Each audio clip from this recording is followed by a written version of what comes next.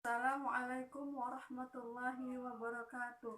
Kami dari kelompok 1 akan mempresentasikan materi kami dengan judul Sejarah Pertumbuhan dan Perkembangan Bahasa, Kedudukan dan Fungsi Bahasa.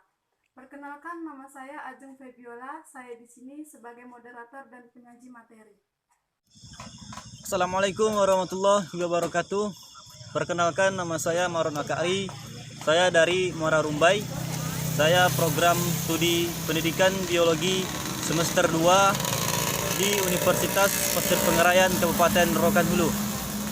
Baiklah, saya akan menjelaskan tentang sejarah pertumbuhan dan perkembangan bahasa. Baiklah, sekarang kita masuk pada bagian 1, yaitu sejarah perkembangan bahasa Indonesia pada masa pasca kemerdekaan. Berhubungan dengan menyebar bahasa Melayu ke pelosok Nusantara, bersamaan dengan menyebarnya agama Islam di wilayah Nusantara, serta makin berkembang dan bertambah kokoh beradanya karena bahasa Melayu mudah diterima oleh masyarakat Nusantara, yaitu untuk sebagai bahasa perhubungan antar pulau, antar suku, antar pedagang, antar bangsa, dan antar kerajaan. Perkembangan bahasa Melayu di wilayah Nusantara mempengaruhi dan mendorong tumbuhnya rasa persaudaraan dan rasa persatuan bangsa Indonesia. Oleh karena itu, para pemuda Indonesia yang tergabung dalam perkumpulan pergerakan secara sadar mengangkat bahasa Melayu menjadi bahasa Indonesia yang menjadi bahasa persatuan untuk seluruh bangsa Indonesia. Bahasa Indonesia lahir pada tanggal 28 Oktober 1928. Pada saat itu, para pemuda dari berbagai pelosok Nusantara berkumpul dalam rapat para pemuda berikrar. 1. Kami putra dan putri Indonesia mengaku bertumpah darah yang satu tanah air Indonesia. 2. Kami putra dan putri Indonesia mengaku berbangsa yang satu bangsa Indonesia. Yang ketiga, kami putra dan putri Indonesia mengaku menjunjung tinggi bahasa persatuan bahasa Indonesia.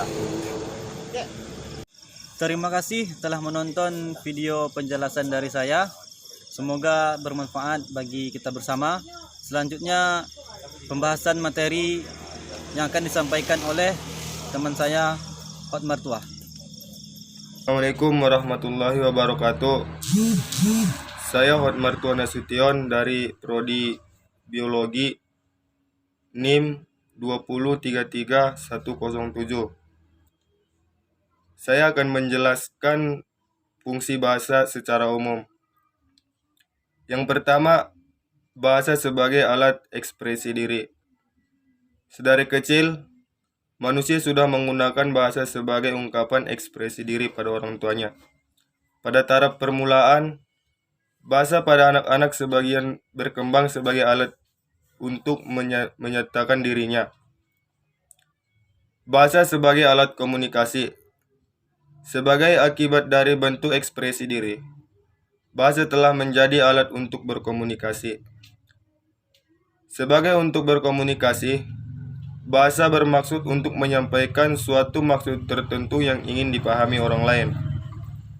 Yang ketiga, bahasa sebagai alat interaksi dan adaptasi. Pada saat beradaptasi di lingkungan sosial, seseorang akan memilih bahasa yang diinginkan untuk situasi yang diperlukan. Seseorang akan menggunakan bahasa yang non-formal pada saat berbicara dengan teman, dan menggunakan bahasa yang formal pada saat berbicara pada orang tua dan orang yang dihormati. Bahasa sebagai alat kontrol sosial. Sebagai alat kontrol sosial, bahasa sangat efektif. Kontrol sosial dapat diharapkan pada diri kita sendiri untuk kepada masyarakat. Buku-buku pelajaran dan buku-buku instruksi adalah salah satu contoh dari alat kontrol sosial menggunakan bahasa. Sedangkan fungsi bahasa secara khusus mengadakan hubungan dalam pergaulan sehari-hari. Manusia adalah makhluk sosial yang tak lepas dari hubungan komunikasi dengan makhluk lainnya. Komunikasi yang akan berlangsung dapat menggunakan bahasa formal dan non-formal. Mewujudkan seni atau sastra. Bahasa yang dapat dipakai untuk mengungkapkan perasaan melalui media seni. Contohnya syair, puisi, prosa, dan lain-lain. Terkadang bahasa yang digunakan yang memiliki makna donetasi atau makna tersirat. Mempelajari bahasa-bahasa kuno. Dengan mempelajari bahasa kuno, akan dapat mengetahui peristiwa atau kejadian di masa lampau. Untuk mengadaptasi kejadian yang mungkin atau dapat terjadi kembali di masa yang akan datang. Atau hanya sekedar memenuhi rasa keingintahuan tentang masa lampau. Baiklah, sekian dulu yang dapat saya sampaikan. Jika ada salah saya memohon maaf. Assalamualaikum warahmatullahi wabarakatuh. Assalamualaikum warahmatullahi wabarakatuh. Kami dari kelompok 1 akan mempresentasikan materi kami dengan judul Sejarah Pertumbuhan dan Perkembangan Bahasa, Kedudukan dan Fungsi Bahasa. Perkenalkan, nama saya Ajeng Febiola. Saya di sini sebagai moderator dan penyaji materi. Lanjutkan presentasi yang telah disampaikan oleh teman saya sebelumnya. Saya di sini akan membahas mengenai kedudukan bahasa Indonesia. Bahasa Indonesia memiliki kedudukan di atas bahasa-bahasa daerah. Hasil perumusan Seminar Politik Bahasa Nasional yang diselenggarakan di Jakarta pada tanggal 25–28 Februari 1975 menegaskan bahwa bahasa Indonesia memiliki beberapa fungsi, di antaranya yang pertama, sebagai lambang kebanggaan nasional. Sebagai lambang kebanggaan nasional, bahasa Indonesia memancarkan nilai-nilai sosial budaya luhur bangsa Indonesia. Sebagai realisasi kebanggaan terhadap bahasa Indonesia, kita harus memakainya tanpa harus ada rasa malu, rendah diri, dan acuh tak acuh. Kita harus bangga dan mengembangkannya. 4.